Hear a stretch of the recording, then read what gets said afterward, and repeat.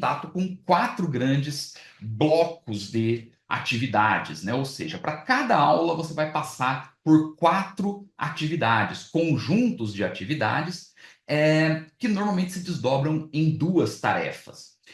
Uma coisa muito importante aqui, né? Essas atividades, você vai verificar, né, essa mesma metodologia aplicada a todas as disciplinas. Existem algumas variações, claro, de uma disciplina para outra, mas são ajustes, né? Na verdade, a metodologia é a mesma. Quando nós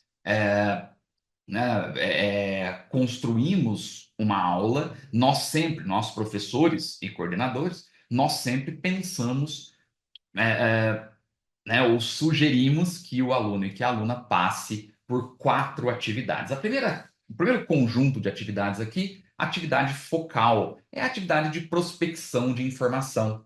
Né? Você vai absorver as informações da aula, das leituras, não é, otimizadas que o corpo docente indica, não é? E a partir daí vai construir anotações, não é? Anotações que são mais rápidas.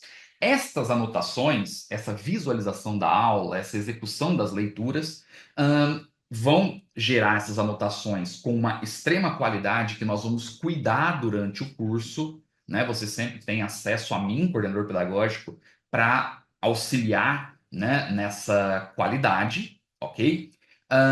As portas estão sempre abertas, né, gente, para conversar com o coordenador pedagógico aqui do IDEG, né? A orientação pedagógica no IDEG é algo gratuito, né? Nós entendemos que faz parte do nosso serviço, não é? Que oferecemos numa escola que um coordenador pedagógico atenda quando há necessidade. Então, né, dizer, a qualidade nós vamos construir juntos, não é? Uma coisa fundamental é que essas anotações que saem das aulas e das leituras, elas servirão como base para a próxima atividade, ou para o próximo conjunto de atividades, que ou que são, né, as atividades de produção, tá certo? Isso é algo fundamental, né? Então, quando nós falamos aqui da atividade focal, veja que a atividade focal ela gera um resultado, né? E esse resultado é aquilo que você vai usar para,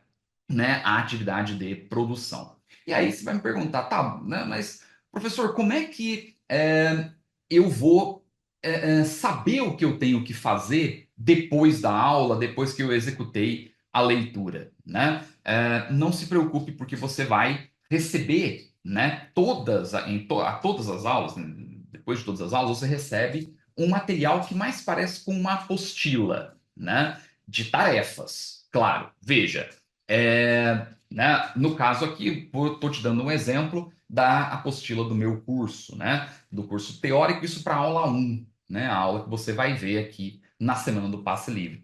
Veja, né, aqui, né, você vai ter nessa primeira aula conceitos de produto e renda, estamos falando aqui da teoria keynesiana, né, da teoria clássica de determinação da renda, tá? É uma aula muito importante, né?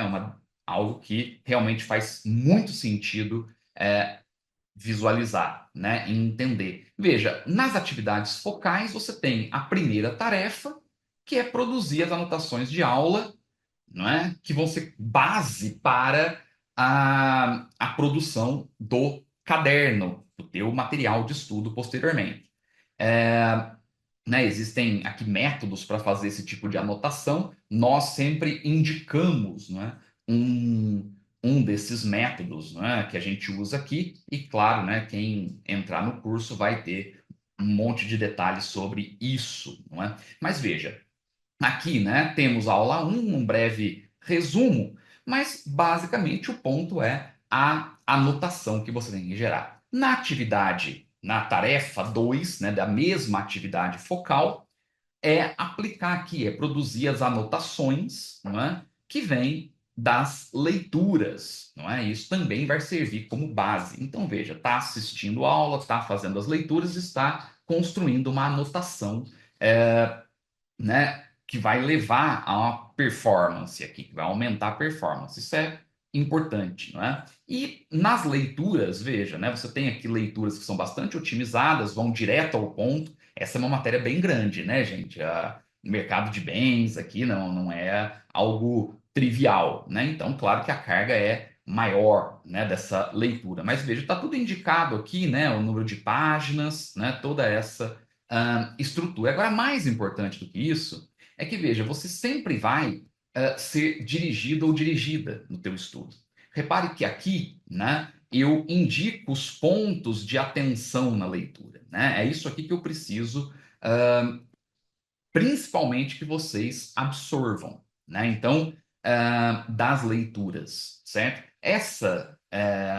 Esses pontos de atenção aqui, essa indicação, ele ainda é menor porque essa é uma matéria que eu não consigo, né, finalizar em uma aula, seria impossível, né?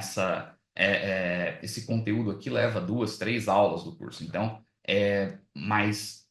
claro que isso aqui é mais longo, então não dá para é, finalizar tudo. Mas veja, nessa primeira aula você já tem indicações do que é bastante relevante para a leitura, certo? Fez isso aqui, né? Executou toda essa estrutura, o próximo passo, atividades de produção, né? Nas atividades de produção, o que você vai ter, né, é duas demandas, basicamente. A primeira demanda é a reelaboração do conteúdo que você absorveu das aulas, das leituras, vai reelaborar esse conteúdo e vai construir o material, né? E vai construir o material. Essa é a atividade de produção, extremamente importante, a qualidade do caderno aqui, né, gente? Você precisa ter, né? Então, é algo fundamental. E aí, a questão toda é como construir este caderno, né? Você vai estar sozinho, sozinho para construir o caderno, né? Como é que você vai garantir a qualidade deste caderno? Depois que você assistiu às aulas para reelaborar, como é que você sabe se o caderno vai ficar ou curto demais ou longo demais? Como ajustar isso? Claro, volto a dizer, né? Eu estou à disposição para ajudar, né? Como coordenador pedagógico para qualquer uma das disciplinas. No entanto, né? Você também no material você vai receber lá, né, na apostila da aula, você vai receber indicações, né? Então, a tarefa 3, que é a reelaboração e a construção do caderno, né?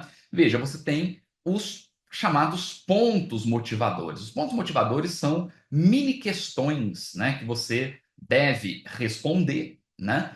E ao responder essas questões, você vai ver que isso aqui nada mais é do que um grande roteiro para você, né, trabalhar aí o teu caderno. Isso é muito útil, né? Os alunos gostam e as alunas gostam muito, né, desses pontos motivadores. Isso ajuda demais, né? Veja, a tarefa número 3, portanto, é construir esse caderno e responder, né, essas mini questões, esses pontos motivadores que vão dirigir a produção do teu material. Mas não para por aí, porque tudo aquilo que você gerou, né, que você produziu, você precisa, na verdade, ter parâmetros para saber se realmente atingiu ou não a qualidade, né, para aquilo que você fez. Aí é que entra a tarefa 4 do teu material, que é justamente aplicar o gabarito, né, para as mini questões. Veja, cada uma daquelas questões, né, você tem aqui um gabarito em que eu coloco de entre 3, 4, 5 pontos que são fundamentais para cada uma das respostas, né? É lógico, né, gente, que esse gabarito para as mini questões, ele serve não só para você ter maior segurança sobre a qualidade daquilo que você está produzindo, do teu caderno, mas muito mais do que isso, ele serve também para como um grande conteúdo para você desenvolver o teu material revisional, que vai ser uma das atividades lá no final da aula, né? Então veja, tudo, né, mapeado aqui para você, né? Isso aula a aula sempre, né? Não tem nada fica de fora.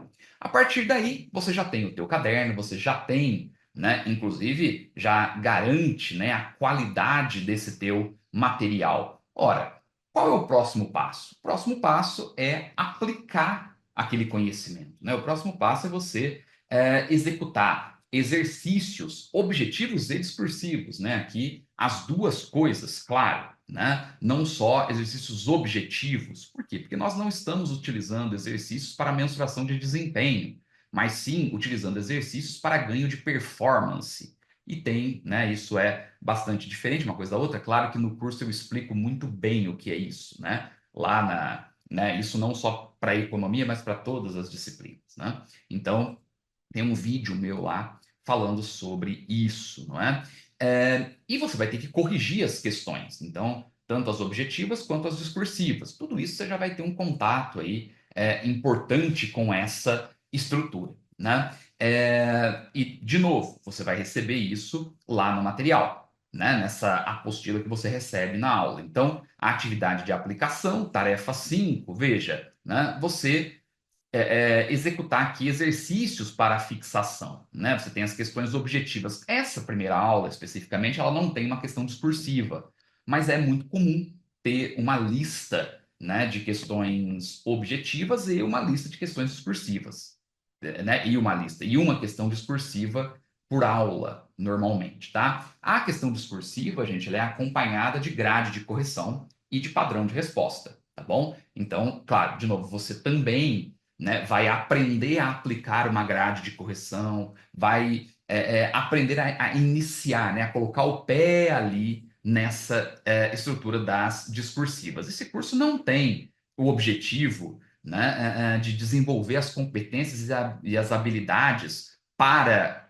uma terceira fase, para uma segunda fase, né, para a fase discursiva.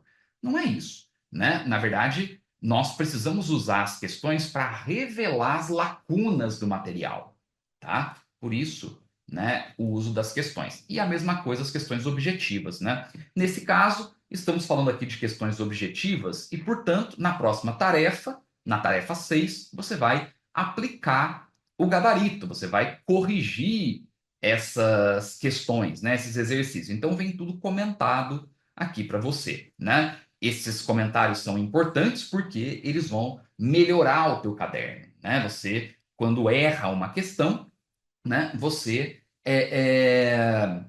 consegue, basicamente, ah, ah, voltar ao teu caderno e corrigir tudo aquilo que ficou faltando. Então, você preenche as lacunas, né, do caderno, melhora o caderno, reescreve. Isso vai dar uma qualidade gigantesca para o teu material. É isso que nós esperamos, né?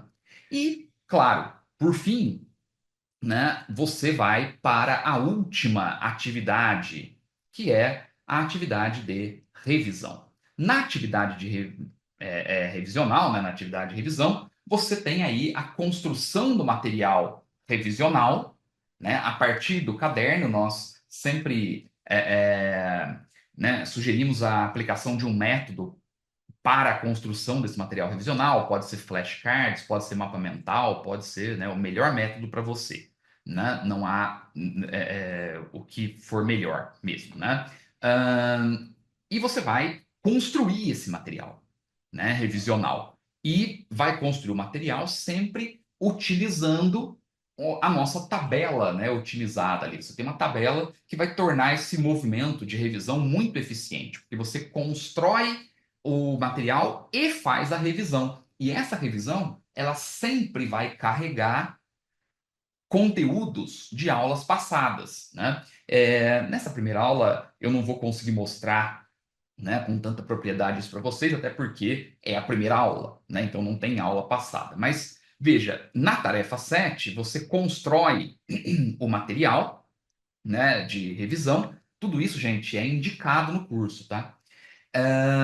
E a partir daí você pode seguir, né, essa tabela, o que vai ajudar muito. Então, na semana 1, aula 1, você faz o material revisional 01. Você vai construir o material 01 e vai revisar o 01.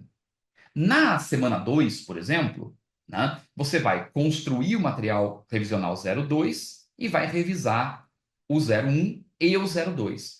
É claro que isso é muito embrionário, porque são muitas aulas, né? Tem aí um conjunto enorme de aulas. É lógico que isso vai se sobrepondo, então tem toda uma mecânica para que você faça, né, um ciclo de revisão mais curto, um outro ciclo de revisão um pouquinho mais longo, e assim vai. Mas fato é que você retoma essa.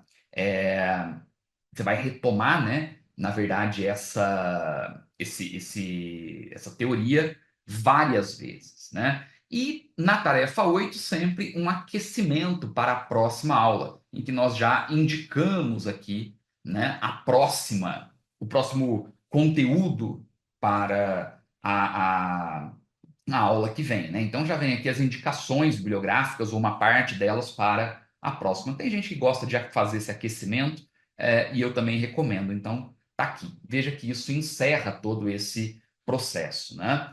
Ah, uma inclusão, né, que nós fizemos aqui em todos os cursos teóricos, né, foi a inclusão de uma avaliação, né?